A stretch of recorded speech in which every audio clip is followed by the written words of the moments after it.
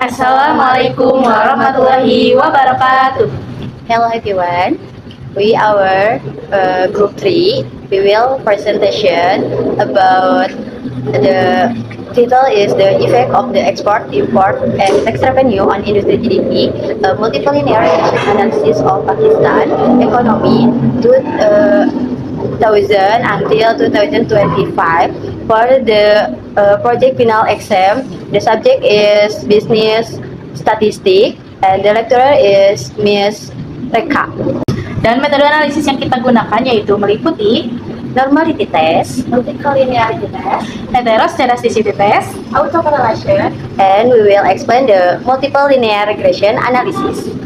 This introduction, Pakistan's economy experienced significant change during 2000 until 2025, influenced by international trade and government fiscal policies. Export, import, and tax revenue are key economic indicators that might affect industry GDP.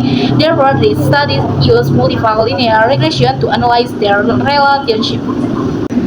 The research purpose is analyze the effect of export, import, and tax revenue on industry GDP, examine the simultaneous effect of export, import, and tax revenue on industry GDP in Pakistan 2000 until 2025.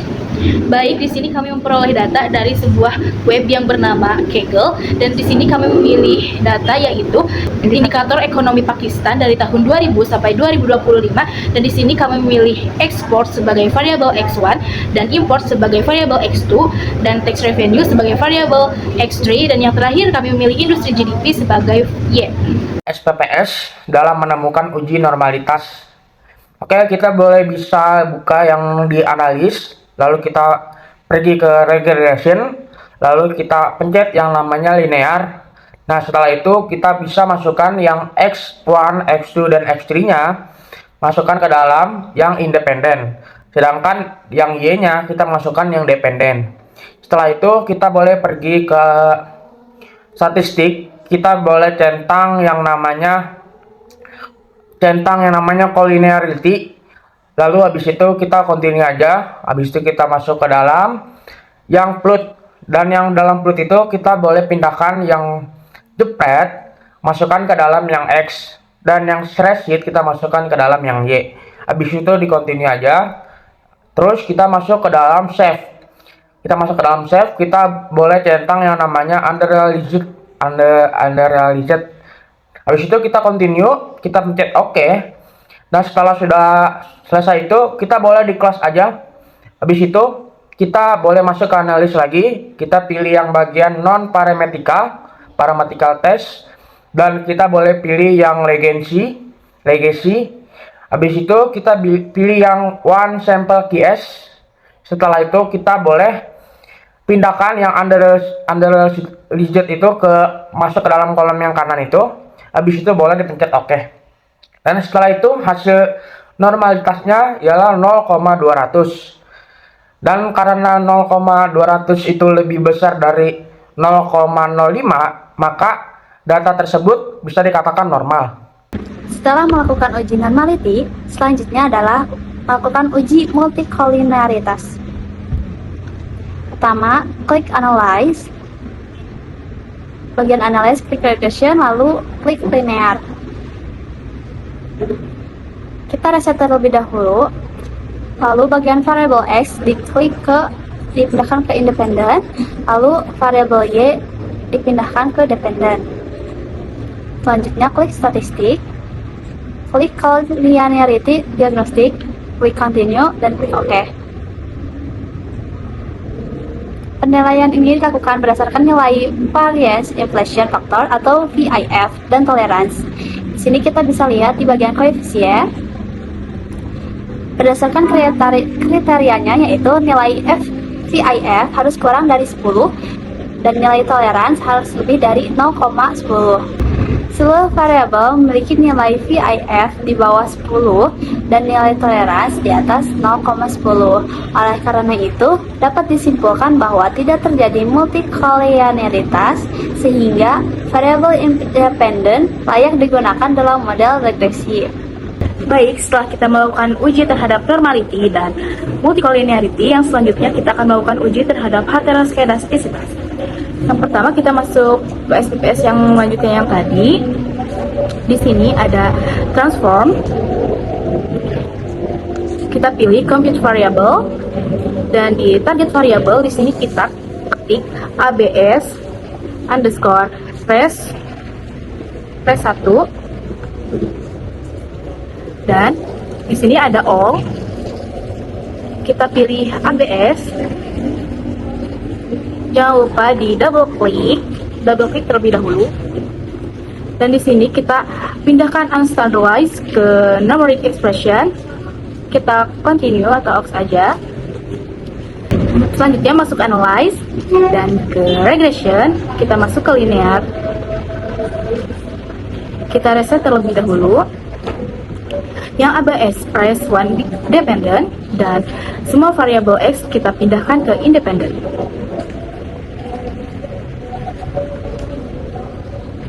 Kita aux aja. Nah, dari hasil uji heteroskedastisitas tadi, nilai signifikansi variabel ekspor sebesar 0,121, nilai impor sebesar 0,188, dan pajak variabel sebesar 0,490.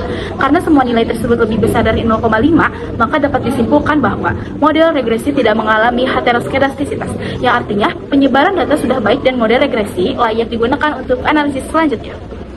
Setelah melakukan uji heteroskedastisitas, selanjutnya kita akan masuk ke uji autokorelasi.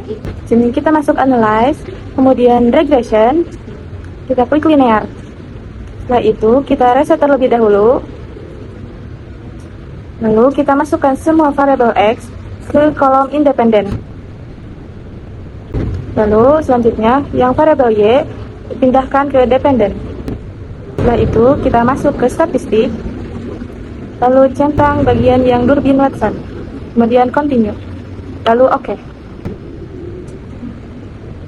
Dapat dilihat di tabel model summary bahwa nilai Durbin-Watson itu sebesar 2,040. Berdasarkan data di tabel model summary tadi, dapat dilihat bahwa nilai Durbin-Watson sebesar 2,040. Dan karena nilai 2,040 ini lebih dari 1,65 dan kurang dari 2,35, maka model regresi tersebut dinyatakan bebas dari masalah autokorelasi. So now I would like to explain the multiple linear regression equation obtained from this research. The multiple linear regression equation obtained from this research is y equals alpha plus beta 1 x1 plus beta 2 x2 and plus beta 3 x3. Based on the analysis, the regression equation is y equals 26.879 plus 0.2x0x1 minus 0.193 x2 and minus 0.057 x3, where y is industry GDP, x1 is export, x2 is import, and x3 is tax revenue. The interpretation of this regression equation is as follows. X1 export has a coefficient of 0.2x0. That means that every 1 unit increase in export will increase industry GDP by 0.2x0 unit. Okay, next, X2 import has a coefficient of minus 0.193. This means that every 1 unit increase in import will decrease industry GDP by 0.193 unit. Okay, next, X3 tax revenue has a coefficient of minus 0.057. This means that every 1 unit increase in tax revenue will decrease industry GDP by 0.057 unit. Finally, the constant value is 26.879, which means that for all independent variables are equal to 0. The estimate value of industry GDP is 26.879. Okay, next, the hypothesis. I would like to present the hypothesis used in this research. H01, there is no significant effect of export on industry GDP. H1, there is a significant effect of export on industry GDP. H02, there is no significant effect import on industry GDP. H2, there is a significant effect import on industry GDP. H03, there is no significant effect tax revenue on industry GDP. And X3, there is a significant effect tax revenue on industry GDP. H04, there is no significant effect export import tax revenue on industry GDP. Last, X4, there is a significant effect export import tax revenue on industry GDP. Okay, next, T table. Before this, we first determine the T table value. The significant values in the study is 5% or 0.05. To obtain the T table value, we first calculate the degree of freedom or DF. Using the formula is DF equals N minus 2, where N equals 26 all number observation. So DF equals 26 minus 2 equals 24 based on a significant level of 5% or 0.05 and 24 degree of freedom or DF. The table value is 2.064.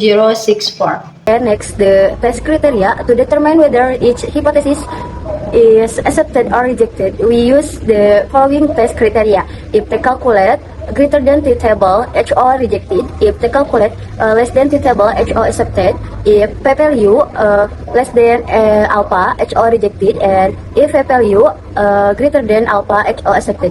After conducting the statistic test, we obtain the following result. The T calculate value are X1 equals 2.006, X2 equals minus 4.895, X3 equals minus 0.430. The P value significant value are H1 0.057, X2 0.000, X3 equals 0.072. Sekarang mari kita interpretasikan hasil dari masing-masing variabel independen. Untuk X1 ekspor, nilai T calculate adalah 2,006, sedangkan nilai T tabel adalah 2,064. Karena 2,006 kurang dari 2,064, maka H0 diterima. Nilai P value adalah 0,057 yang lebih besar dari tingkat signifikansi 0,05. Oleh karena itu, hal ini juga memenuhi kriteria uji, maka H0 diterima. Artinya, tidak ada pengaruh yang signifikan dari ekspor terhadap industri GDP. Selanjutnya, untuk X2 impor, nilai T calculate adalah minus 4,895. Karena uji T membandingkan nilai mutlak minus 4,895, maka sama dengan 4,895. Sedangkan nilai T tabel adalah 2,064. Karena 4,895 lebih dari 2,064, hal ini memenuhi kriteria uji. Jika T calculate lebih dari T tabel, maka H0 ditolak. Nilai P value adalah 0,00, yang lebih kecil dari tingkat signifikansi 0,05. Oleh karena itu, hal ini juga memenuhi kriteria uji, maka H0 ditolak. Artinya, terdapat pengaruh yang signifikan dari impor terhadap industri GDP. Terakhir, untuk X3, tax revenue, nilai T calculate-nya adalah minus 0,430. Karena uji T membandingkan nilai mutlak minus 0,430, maka sama dengan 0,430. Sedangkan nilai T tabel adalah 2,064.